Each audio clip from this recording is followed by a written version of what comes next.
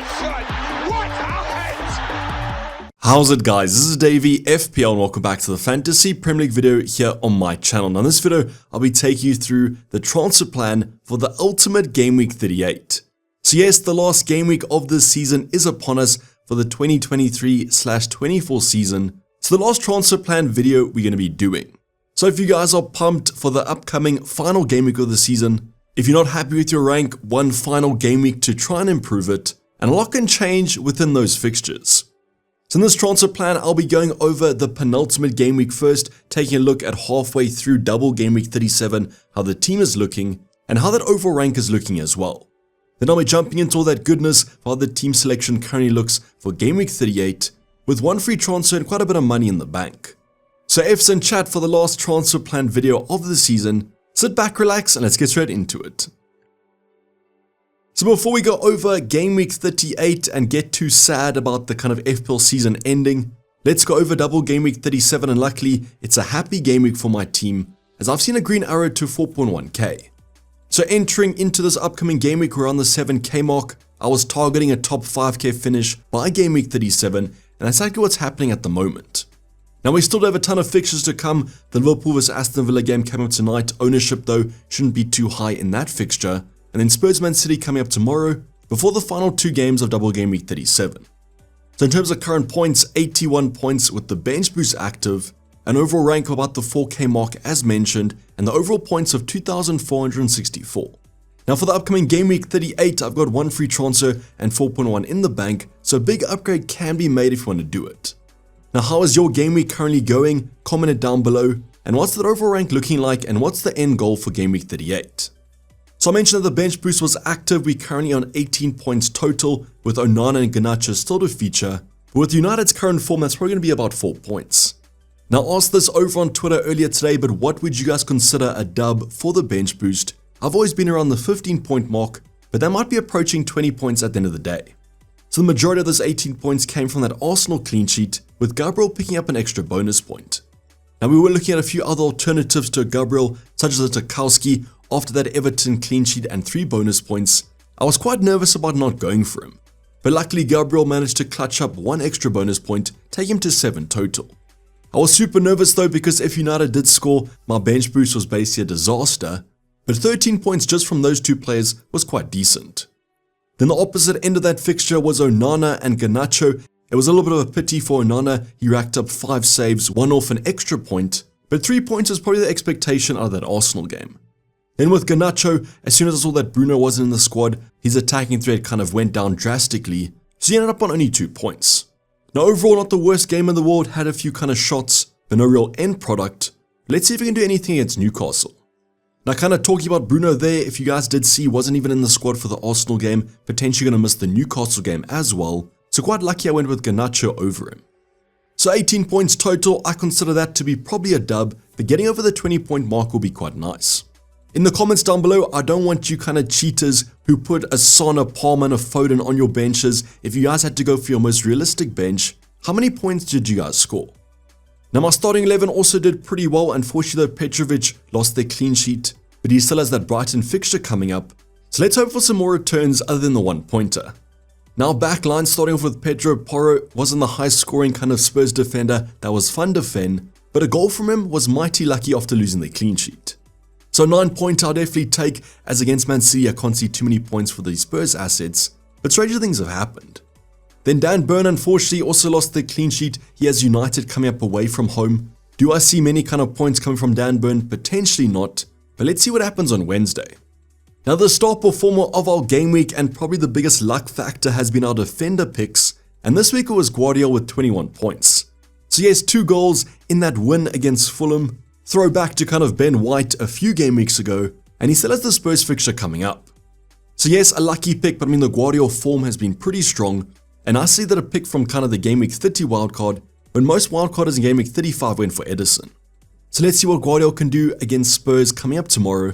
He's almost playing like an attacker. Now midfield department, unfortunately Son ended up blanking in that Burnley game, really the one that you guys want to kind of target in terms of that whole game week. But Spurs are always quite strong with the kind of counter-attacking against Man City. So let's see what does happen. I'm either hoping for a Son goal or a Guardiola clean sheet. Let's see if one of them actually performs.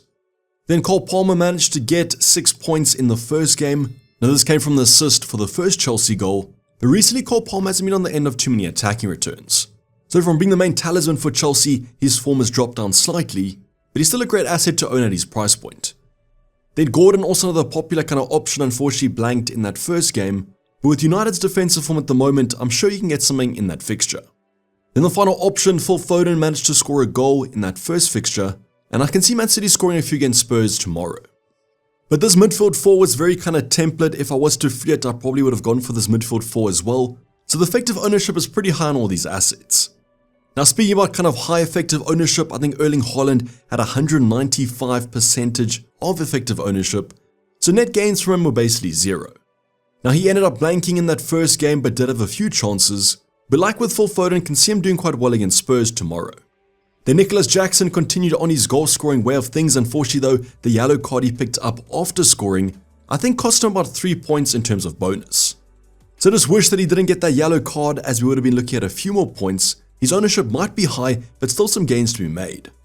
Then a final option, Isaac also ended up blanking unfortunately in that Newcastle game. So our Newcastle triple up was a triple of 2s. But like I've been saying on most of these options, the potential in the second game is definitely going to be there. So let's see what ends up happening. Now in terms of the starting 11, we have a full starting 11 to feature in the double game week, then Onana and Garnacho on our bench boost. I'm expecting the rank to stay the same or get slightly higher. I'll definitely take though the 4K rank going into game week 38, as our 4th top 10K finish will be pretty decent. But like I mentioned, let me know in the comments down below what's that overall rank looking like for you guys, and what's the end of season goal for your rank.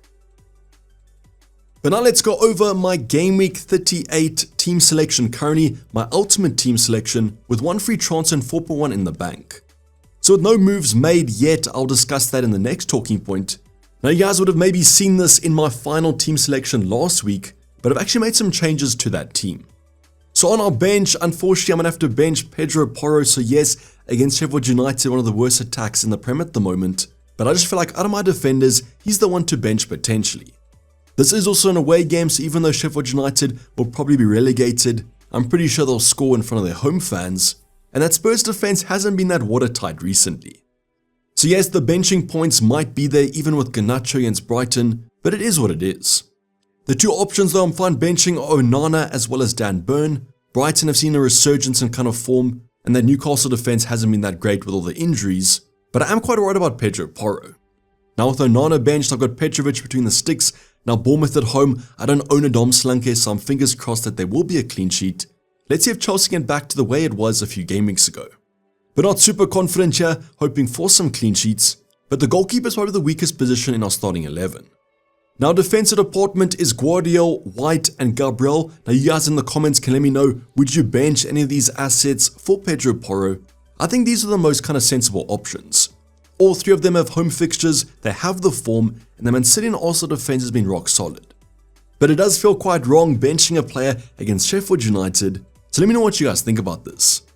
Now midfield department, we got Son against Sheffield United at least. This should be a pretty good game. I can see goals for both sides in this fixture.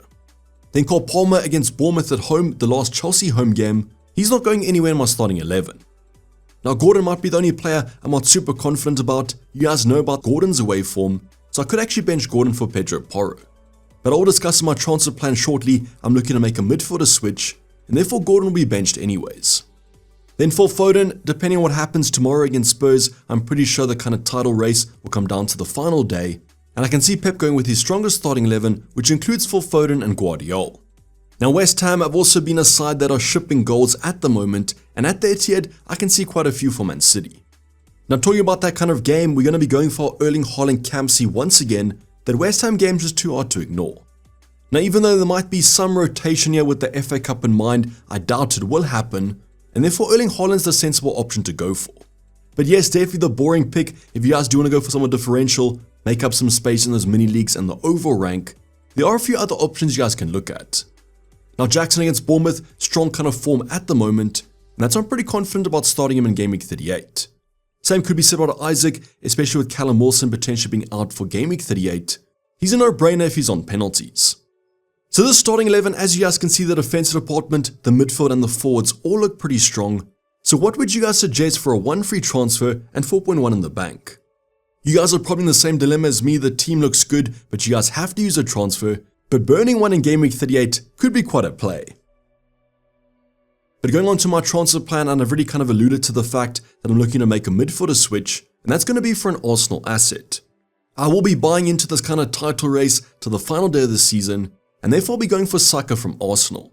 But you guys will have seen that Saka came off injured in the last few minutes of the United game, but this is kind of the usual thing that's happened every game week. I fully expect Saka to be playing in game week 38, but Havertz could be an alternative if you guys want to go there. Now there is some slight concern though about the fixture. Everton at home, you guys would have seen that Everton defense has been pretty good. I'm just hoping away from home they don't perform as well as they have been at Goodison Park. So yes, the upside might not be there, but I do believe Saka will be a popular option for the transfers in. And as mentioned, final day of the season and the title race is up in the air. Now the player leaving will be Garnacho. I could go for Garnacho or Gordon. I just favor Gordon on my bench, as if we do get some early team sheet news, Gordon can always come off. That's a reminder that all the games will be played at the exact same time, so the early team sheet news hopefully will be flying and we'll be getting a bunch of leaks. So I would suggest if you guys can, just hold off on those transfers to the deadline stream, as I'm pretty sure I'll be getting a lot of early team sheet news. Other moves I could make if Saka is out confirmed, Havertz is an alternative. I could go for a Brennan Johnson against Sheffield United, or I could make a goalkeeper transfer, a boring one. I just don't have much faith in Petrovic. But you guys in the comments down below, if you guys have any dilemmas for your transfer plans, I'll try to help you guys out as far as possible, or ask me my Discord server where I'm slightly more active. It's the second link in the description. But otherwise, enjoy the rest of Game Week 37's doubles. Tons of football still to come up, so there could potentially be some injuries, but I'll update you guys with those as the videos do progress. But this is basically a rough video, guys. Hope you guys did enjoy it. Please don't forget to like the video and subscribe if you haven't subscribed yet. Tons of content still to come up for Ultimate Game Week 38. I'll be doing a guide as well as my final team selection coming up later in the week. But for the time being, I'm signing off to Dayvy FPL and I'm out. Cheers, bye.